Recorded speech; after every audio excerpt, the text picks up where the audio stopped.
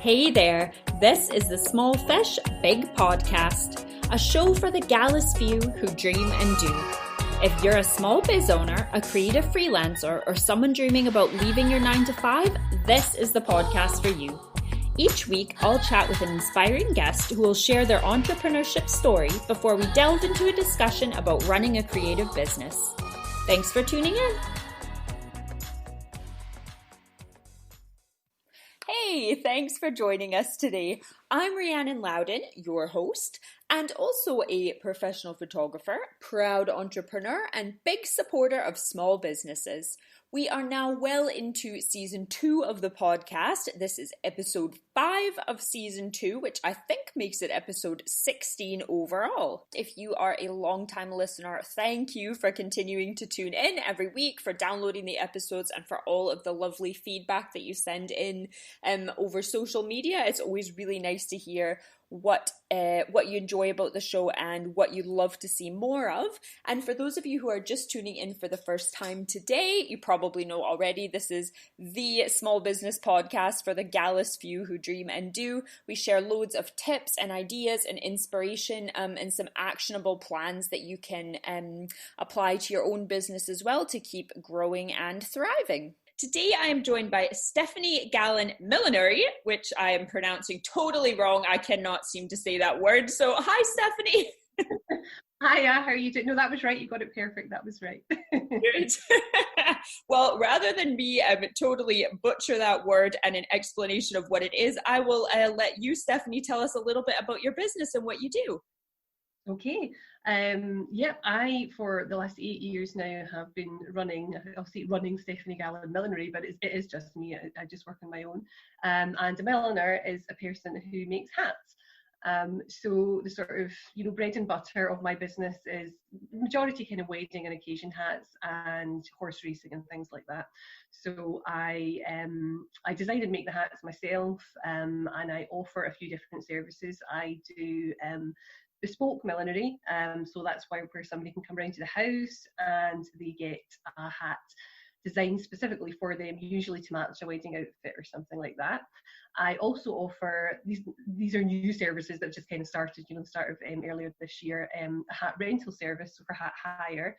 So I have a collection of rental hats, again, all made and designed by myself, but it's a kind of a cheaper alternative, and for people that aren't looking to invest in a bespoke bit of millinery. And I also started, again, at the start of the year, a bridal collection for bridal millinery for brides, obviously. It wasn't something, the bridal thing wasn't something I used to do. I never advertised it, but over the last few years, I've had more and more brides coming to me individually just to ask for something to be designed. And I thought, well, it's increasing, why not, give it a go. So those are the 3 services that I provide all by myself. That's really cool. I mean, that's something I have never met someone who is a milliner before. That is quite an interesting, a very small niche in the fashion industry. So can you tell us a little bit about how you got into that? Sure. Well, I never ever intended to make a business out of this. I had a very, very different job. But many, many moons ago, before I was married, before I had children, I used to do evening courses basically, because my other job, which I will talk about later, it wasn't massively stressful, but it was long hours and whatever, and I was kind of so used to just sort of sitting in the office till silly o'clock at night, and I started sort of taking evening classes and things and various bits and bobs just to, I suppose, force me out of the office, before 7 o'clock, so I could, drive to the uni or wherever it was. So I did various courses and things over the years. And I had been looking for a furniture restoration course, which I had been trying to get into for quite a while. And every time I tried to enroll in it, they were oversubscribed. And eventually I was like, I can't be bothered waiting. I'll just look and see if there's anything in the same faculty that sounds like it might be a bit of a laugh. And millinery was there, and I thought, yeah, that sounds like it could be, a bit fun. And I did that. So initially it was just it was a 6-month course. I mean, it wasn't like a qualification or anything. It was literally just a kind of an evening class, as you see. And I did that for the first 6 months, and I absolutely loved it. It was great fun. It was really interesting, and I just really enjoyed sort of making stuff with my hands. And you can only cover so much within 6 months, and there were certain techniques and certain materials and things that we were working with, and the tutor at the time, you had certain choices that you could make, to sort of go down different paths within the sort of 6 months. And I, at the end of the 6 months, had asked if I would be allowed to do the course again, so I could then do the alternative paths if that was allowed to sort of give me a wee bit more of a grounding. So I did that, and I repeated it, using the sort of different fabrics and different techniques. So I covered a fair bit. Just pure enjoyment, no sort of business idea behind it or anything.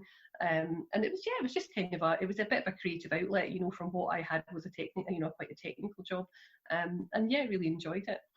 And kind of that went on, and when I finished the course, I still every now and again would sort of make things and just kind of faff around and sort of have things built up in the house. And my husband was I don't want to say not supportive, that's not true, but he made several comments about how I was filling up a room with rubbish. But he's like, what are you doing? You're filling up this room with that. There's somebody on the space. What are you going to do? This is whatever. Great that you're enjoying it, but seriously, what's the deal here? So I thought, oh, well, do you know what? Like, I've got so many things here made already. I'll see if I can maybe give a wee a vintage market or something a go and see how that goes. So I did I applied for one sort of vintage market that I had been to before, and I sort of visited as a customer many times, and I took a stall there, and it went quite well, like the first time I did it. So that kind of became a bit of a regular thing, and then I started sharing a stall with a friend who also worked at the same previous job that I did. She was making sort of handmade collars and things, and scarves and handbags and things like that. Call her Bill, her name is, she's fabulous. So we shared a stall for probably a good couple of years, and sort of it was just a bit of an outlet. It wasn't really a serious business, if you know what I mean. That wasn't never really the plan. And then as that kind of went on, I started to wonder, and I thought, well, do you know what, actually I really enjoy doing this, and people seem to like the stuff that I'm making. So how would that maybe be something we could think about in the future? And my husband and I had kind of spoken about it, like me potentially one day, way in the future, giving up my relatively secure, well-paid job, to look at this. But it was a wee bit of a kind of a pipe dream. It wasn't serious. And then, as time went on, we kind of thought more and more about it. And then I thought, actually, no, I am going to do this one day. But I knew from that sort of, the way I was running the business, as it were, the markets weren't the way to do it. I was never going to make money from that. I was going to a market with a pile of hats that I had already made, and I was selling them at prices that, it cost me more to make them, pretty much, if you take into account my time and things like that. So I knew that wasn't a long-term sustainable thing. So I decided to stop the markets. I kind of, ditched that, changed the sort of business model, changed the business name and everything, and started to go for just the more bespoke orders, so made to order kind of thing. So I set myself up at home in a studio. Again, I kept my other job. This was not ever going to, still just going to be a wee part-time thing, if you like, to see how it would go and try and build it up. So I started doing just bespoke made to order designs, and it was, again, majority Mother of the Bride and racing, race decors and things like that started coming, which was, it worked quite well, but still I wasn't making enough money. It wasn't a feasible, viable option for me to give up my other salary. And then we started looking at, different ways to kind of grow the business, and I started working with a PR firm, which was a girl, again, from Glasgow, who had set up her own PR company. She's actually down in London there. Her name was Maria Ewer. She was fantastic, and she was just kind of the boost that I needed, a bit of a kick up the proverbial, if you like, to change a few things, and completely sort of changed the business model again. Started looking at more active advertising within wedding magazines and wedding shows and things, and it just kind of it started to grow from there. And that was when it kind of became a bit more of a realistic prospect to actually give up the other job. So yeah, that's kind of where it started to grow. And then my job, I mean, my other job that I had, I was quite happy at, don't get me wrong, but you know, this was something that I was really, you know, starting to enjoy and seeing that it could be a viable thing. So, you know, we went from there. And by this time I had one child. Yeah, I had one child at this point, and then, you know, another one on the way. And when my second daughter finally came along and I had gone back to work, which was fine, you know, it was okay. It was all right, you know. Obviously, working parents always have their struggles fitting, you know, childcare, travel, all that kind of stuff around the kids. And I think the biggest worry for us was going to be school holidays, you know, like absolutely no idea how we were going to cover this, you know. And so my youngest daughter, I think after she was 2, we, you know, my husband and I had both spoken about it and thought, right, within the next, you know, 1 more year, 2 years down the line, I probably will give up. And then I can concentrate more in the business, and I'll be around as well to sort of help, you know, with the kind of holiday side of things. I can be much more flexible that way. I couldn't turn around to my boss and say, yeah, I want 6 weeks off every summer, you know, it wasn't going to happen. Now, I know we would have managed, every other parent manages, you know, I mean, you know, that there are options, there are childcare options. I'm not saying I had to give up my job, but it was something that we were kind of making moves to do anyway, and it kind of made sense.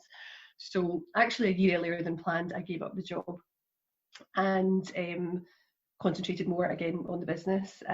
So within about a year, I could see the difference, the sort of, you know, the extra time that I had had to invest in the business. It just made such a difference. It was like, you know, in my head, I'd always said, I'm not going to give up my job until I make X amount of money. And then I would be making that, and I think, no, that's not enough. And then I'd change again and say, no, I'll wait till I'm making a wee bit more. I'll wait till I'm making a wee bit more. And then I soon realised that I was never going to make that amount of money until I was working fully within the business and had the time to put into it. And that turned out to be right. You know, after my first year of doing the millinery business full time, the difference that it made just having the time and the energy and extra, you know, full focus on the business rather than something else made such a difference. So it was a great decision, and, you know, I haven't regretted it so far. Obviously things this year have been a little bit dodgy, you know, since March, but that's the same for everybody, and nobody could have foreseen that, you know. But yeah, so it was all good, and that's kind of how things went from, you know, the early days learning and then all the way up to, you know, kind of keeping going with the business. Well, that's such a cool story, and you said so many interesting things there. So I think the thing I found most interesting is that you took courses in the evenings while you were working full time to just try different things. That's something that I think a lot of us just forget to do. We put kids in different classes, and when you're younger, you think, oh, I'll try. Then you become an adult and you think, oh, I'm going to stop doing that. And I personally, I really loved being in school, any kind of school, whether it's just a workshop or a course, or a university degree or anything I've done. I've always really just enjoyed that process. And I think sometimes you do need to try something, as you did, to decide, like, is this something I want to delve further into? Maybe that's not for me. And I think maybe that's why a lot of people shy away, because they think, oh, what's the point? It might not turn into anything. But just look at, I mean, having that experience, you've done a complete career change because you decided to take a chance and try a course. Mm-hmm. Absolutely, yeah. It was, and again, it was probably easier for me at the time. I didn't have any other commitments. I didn't have any kids or whatever, and it was basically, yeah, you know, something to do in the evenings. My husband's away playing five-a-sides or something anyway, you know. So it was just a wee extra thing to do that was a bit kind of exciting, you know. I mean, I did Polish. I went back to university and I did Polish in the evenings, and there was, you know, there's various other classes that I've been looking into. There was like Arabic lessons and things. And then I sort of wanted to sort of flex the creative side, and that's where the, you know, initially the furniture side came from, but I never quite managed it there. So hats got in the way, and I'm glad they did. Yeah, you did really well. Well, and I think the other thing that really that I really got out of what you said too is it's not necessarily that you didn't enjoy your other job, but there's something about finding, if you're a creative person, and I think most of us have at least a little bit of creativity in us, maybe some more than others, but if you're a creative person, you want to be creating as much as possible. So if you can find a way to create a job for yourself that is creative, you're always going to get a little bit more out of that than a job that is maybe a little bit more traditional. Yeah, absolutely. I mean, I've always been relatively creative, but it was never something, I mean, I wouldn't say it was discouraged, but I wouldn't say it was actively encouraged as a career when I was a kid, you know. Not, to be honest with you, I didn't even really think of it that way anyway. It was always just a wee fun thing to do on the side, you know, or whatever. But yeah, I never in my wildest dreams thought I would end up doing this kind of a thing for my proper job, you know. So yeah, it was a bit of a 180. It's funny you say that. I've spoken to so many other people who have a similar sentiment. A friend of mine, Alice, she runs